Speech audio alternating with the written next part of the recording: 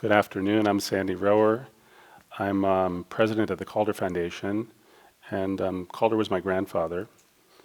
And this whole strange circumstance, this weird theater thing, is all about trying to bring you closer to Calder's work, to have a more personal experience with his work instead of the usual thing, which is you walk into a white box museum in a hermetically sealed environment and you're kept at a distance from his work.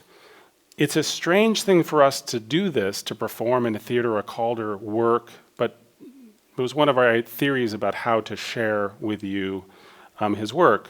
So this is called Tightrope. It's 1936, and as you can see, these stanchions are carved, maybe you can see, maybe you can't see, they're carved ebony. Ebony is very dense, so they're very heavy, and they're holding that taut line, which is obviously a reference to the circus, this tightrope. I'll be right back. And there are these elements that sit on this rope.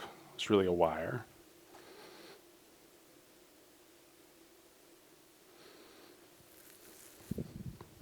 How's that one look? Good. Pretty good.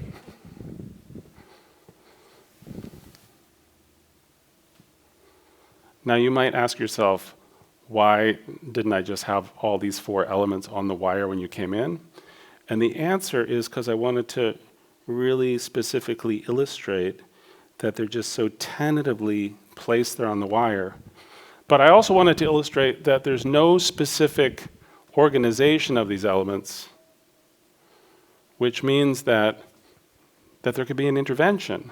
So you could decide one day to move these elements around and have a different experience with it. Here's the hardest thing really to imagine. Imagine this in your house. Where would you put it? How would you live with it? Seriously, this was made for your home. It was not made to be in the Whitney Museum of American Art, or the Whitney as we call it now.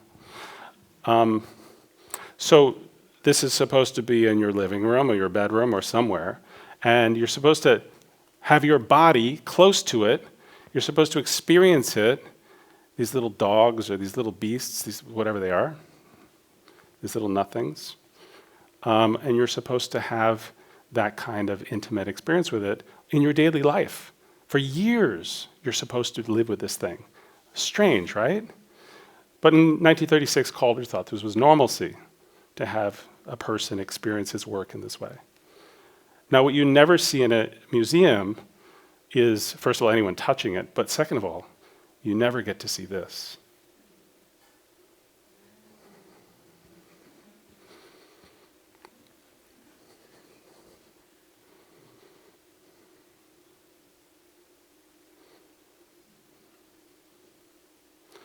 That's why it's here today, to get to see it do that. But you can also imagine changing it up. These guys are too close. That sad one over there in the distance got rejected. He's pretty happy though, look at that. It's like, nah, nah, nah, nah, nah.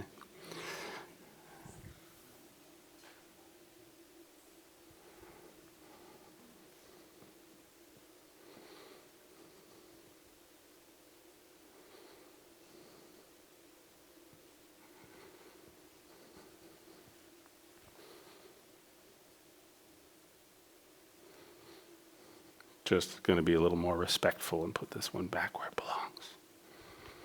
Just joking, it doesn't belong there. It belongs wherever.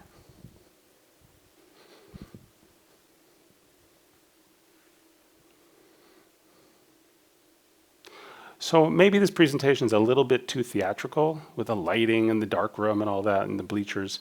But another aspect of it is that the wires, which are painted white, are so old and decayed that they're not as bright white as they were in 1936.